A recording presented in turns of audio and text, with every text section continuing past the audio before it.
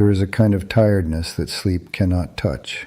I think you know the kind. It is not the tiredness in your body after a long day of work. It is something deeper than that, something that lives in the chest, behind the sternum, like a stone that has been sitting there so long you have almost stopped noticing it is there. It is the tiredness of a person who has been carrying something heavy for a very long time, and who, at the end of each day, lies down in the dark and wonders whether the prayer they prayed today reached anywhere at all, whether the silence they received in return means God is listening or means something else entirely. I know that tiredness. I have lived inside it.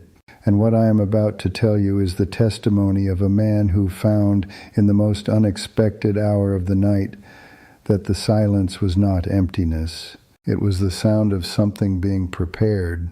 My name is Elijah. I am 70 years old. I have been a rabbi since I was 30, which means I have spent 40 years doing one thing above all others, which is studying the words of the Torah. I was born into a Sephardic family, raised inside the Hebrew language the way a child is raised inside a mother tongue. The words of the ancient text were not a subject for me. They were the structure of my inner life. And for 40 years I studied those words with everything I had, and I taught them to others, and I believed with all sincerity that I understood what they were saying. I was wrong, not about everything, but about one thing. And it turned out to be the central thing, the thing around which everything else turns. When I finally saw it, I sat alone in my study in the early hours of the morning with tears running down my face, and I said out loud to no one and to God at the same time, how did I not see this? How did I read this my entire life and not see what it was saying? Let me tell you something that changed my life. It began with a single Hebrew word that I had read 1,000 times, that I had taught in my classes, that I had always translated correctly, and somehow in all my years of study, missed entirely in its full and devastating meaning. The word is shamar. It appears in Psalm 121, the psalm that begins, Esa einai el heharim, I lift my eyes to the mountains. The psalm speaks of God as the one who watches over Israel, who neither slumbers nor sleeps, who is the keeper of your going out and your coming in. I had always understood shamar as protection, as the way a shepherd watches a flock. This is correct. This is part of what shamar means. But shamar also means something else. It means to preserve, to hold in trust, to keep something in a state of readiness for when it is needed. It is the word used when something is being kept not just from harm but for a purpose. When I finally read Psalm 121 through the lens of this second dimension of shamar, something broke open inside me. The psalm was not only saying that God protects you from danger while you sleep. It was saying that God is keeping something for you, that while you lie down in the dark and the silence presses in and nothing seems to be moving, God is holding something in reserve. Something is being kept. Something is being preserved. Something is in safekeeping that belongs to you and has your name on it and has not been forgotten but is being held in the precise custody of the divine until the appointed moment. The silence is not absence. The silence is the sound of something being prepared. I went through a period many years ago when I was still a practicing rabbi with a congregation and a reputation and a full life by every external measure, when I went through something I can only describe as the collapse of my inner world. There was a season when I prayed every day and heard nothing, when I opened the Torah and the words seemed flat, when I stood before my congregation on Shabbat and spoke about the presence of the Almighty and came home afterward and sat in the dark and wondered whether I believed what I had just said. I never lost my belief that God exists. What I lost for a time was any sense that God was paying attention to me in particular, and it was during that season that something began to happen in the hours before dawn. I would wake at 3 a.m. and lie there with the silence pressing in, and I would do the only thing I knew how to do, which was pray. Not eloquent prayer, not the formal liturgy, something much simpler and much more desperate. I would simply speak into the dark with whatever words came, and sometimes I would say things like, I do not know where you are. I do not know if you are listening, but I am here.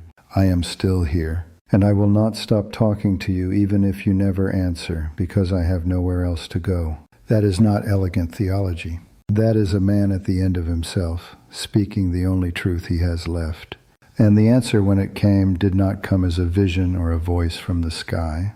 It came as that word, shamar, and everything that followed from understanding it.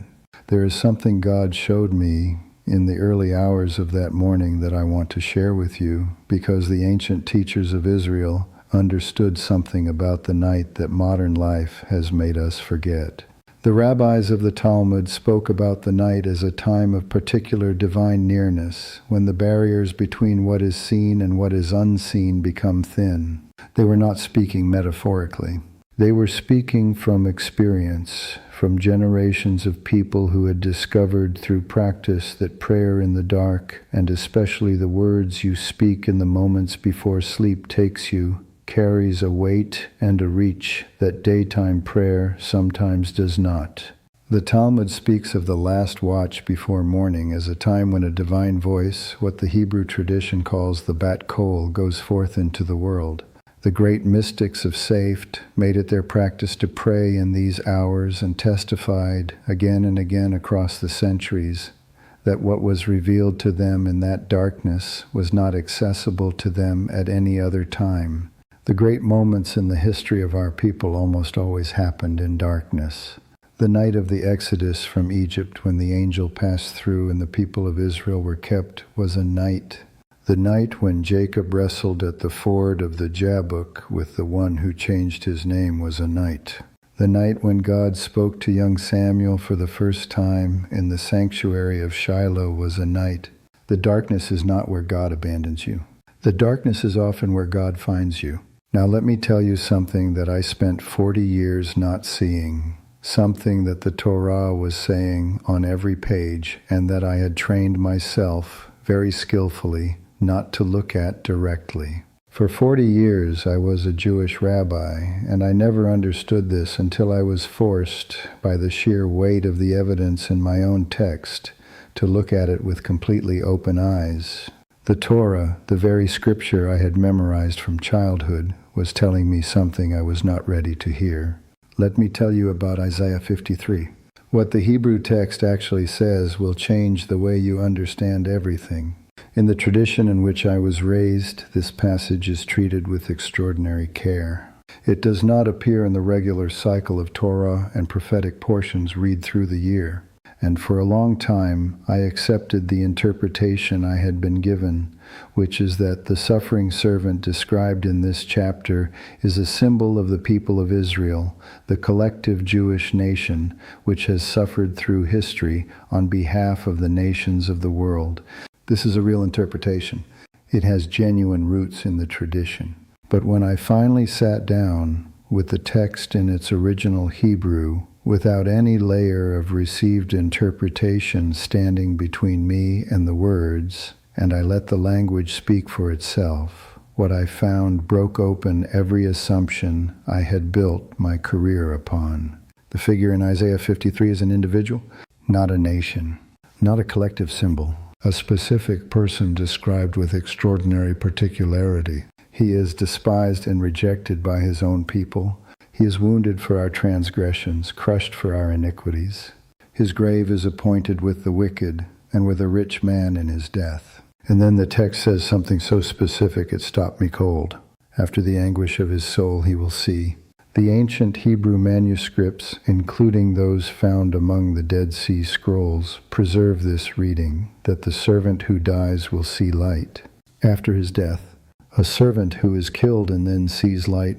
There is only one figure in all of Jewish history who fits this description with this precision, who was rejected by his own people, who died the death of a criminal and was buried in a rich man's tomb, who was understood by his followers to have risen, to have seen light after his death. That figure is Yeshua, who in the language of the Greek-speaking world is called Jesus. I know what some of you are feeling as I say this. I know because I felt it for most of my life. I know the walls that go up, the very understandable reflex to close, to protect, to say this cannot be what the text means. I know those walls. I built them. I maintained them. I taught from behind them. And then the text knocked them down, one word at a time, with the patient and irresistible logic of a truth that had been waiting 40 years for someone to finally stop arguing with it. Psalm 22 is another passage that undid me when I finally looked at it without protection. It begins with the words that in Hebrew are Eli, Eli, lama azavtani, my God, why have you forsaken me? And the psalm, written by David 1,000 years before the birth of Jesus of Nazareth, goes on to describe a man surrounded by enemies who mock him, whose hands and feet are pierced, whose garments are divided by lot among those who stand around him. Every one of these details corresponds to what the Gospel accounts record of the death of Yeshua. Everyone, not approximately, exactly, written 1,000 years before it happened. When I allowed the prophetic thread running from Genesis through Isaiah, through the Psalms, through Daniel to speak for itself in its full, uninterrupted length, I understood something I can only describe as a recognition. Not a new belief so much as the sudden clarity that I had always been approaching something without being willing to arrive. I have been wrong about many things in my life, but I have never been wrong about this. And what I want to bring this back to is the night and the words you carry into sleep, because all of this changed how I pray. The name that is above every name, the name that is not a foreign name but a Hebrew name, Yeshua, which means salvation, which means the Lord saves, which means the very name encodes the message, is the name of the one to whom every page of the Torah was pointing. When I say that name before I sleep, I am not departing from my tradition. I am arriving at the destination my tradition was always traveling toward. If you are going through something difficult right now, listen to me carefully. Before you close your eyes tonight, I want you to pray something.